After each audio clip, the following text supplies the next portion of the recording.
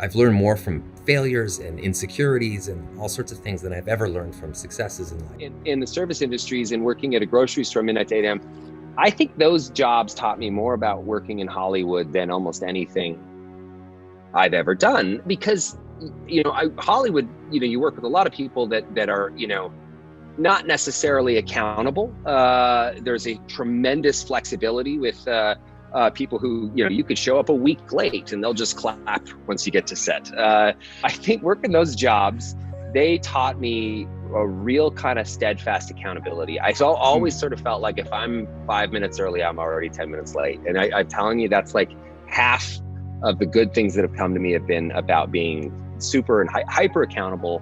And that also creates a kind of, it infuses some gratitude for the position that you're in, and understanding the position that you're in is sort of a fleeting thing. It doesn't last. And those jobs taught me a lot. I mean, working at Safeway, working at that bar, if you're 15 minutes late, you're fired. Just see that, a lot of attention, good and bad, is probably not great for anybody. Some people thrive on it. Some people really handle it very well and integrate it into who they are in a way that works incredibly well. And then other people don't. I've seen movie stars with giant air quotes that it's really been one of the more devastating things that have ever happened to them. My highest goal in show business was to be the wacky neighbor in a sitcom. Quite literally. Like, if I could go to Los Angeles, I started an improv comedy. If I could go to Los Angeles, I could get a job as the wacky neighbor in a sitcom, I would be set. That was all I ever really wanted. So everything else that's happened, and it's all happened quite slowly, has been a kind of an aggregate. If you want to call it fame or any of that stuff, it's always been very slow. I didn't become totally dysfunctional by Hollywood, which is, something that I don't know if it speaks to my character, but it's easy for that to happen. Yeah. I've been doing it for 25 years. Of course. I've seen it happen all around me. So it's a tough thing, man, when you're in the spotlight in any way, to kind of keep your stuff together. So Yeah, I've had anxiety my whole life, really. And I feel like I have two parts of my personality, that one takes over when that happens. When I would go out on like Letterman back in the day, I would always be nervous. But I remember I'd be standing backstage before the curtain would open, and I would think to myself, I'm gonna die. I'm literally gonna die here. Or the curtain's gonna open and I'm just gonna be a symphony of vomit. Just like something horrible is gonna happen. But as soon as that curtain opens, and this happens in my work a lot too, it's like this little guy takes over and he's like, I got this. You're cool. I feel like my heart rate drop and my breathing calm, and I just kind of go out and I'm this different person. No matter how many years you do something, you don't get jaded, you're passionate about it, you love it, and it spoke to so much of what I love about this industry, even though it's very easy to find so many things that are detestable about it. There's truly great people that work in it, and artists and people that are, living, breathing human beings, not just sort of products that we've created. I just love that. That to me was a huge lesson. Vulnerability is beautiful and strong, weirdly, even though strength to some people might be anathema to vulnerability. I think like there's, you can't really have one without the other.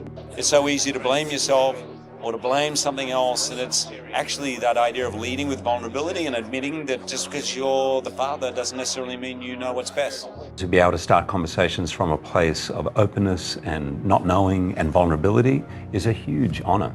I think we're sort of entering an age where, people don't talk about this. I mean, my father's generation, they never talked about mental health or what was going on inside. It was just bottle it up, and, and the younger generations, and hopefully my kids and their kids will, have more open dialogues about this kind of stuff. And sort of, that's kind of the way out, is to feel, I always found like when you feel like you're not alone at something, for some reason you can recover a lot faster, or you can see the light a little bit faster. But when you feel like, and a lot of people do, they feel like they're completely alone, and that's the worst feeling on earth. So talking about it kind of to a certain degree sheds a little sliver of light in there, and I think that's important. I think as a father, I really could understand that feeling of impotence you have sometimes when you love and know your kid more than anyone, but you actually don't always know the answers, particularly when it comes to issues of mental health. You start to kind of become your own worst critic. So most of the time I'm being hard on myself.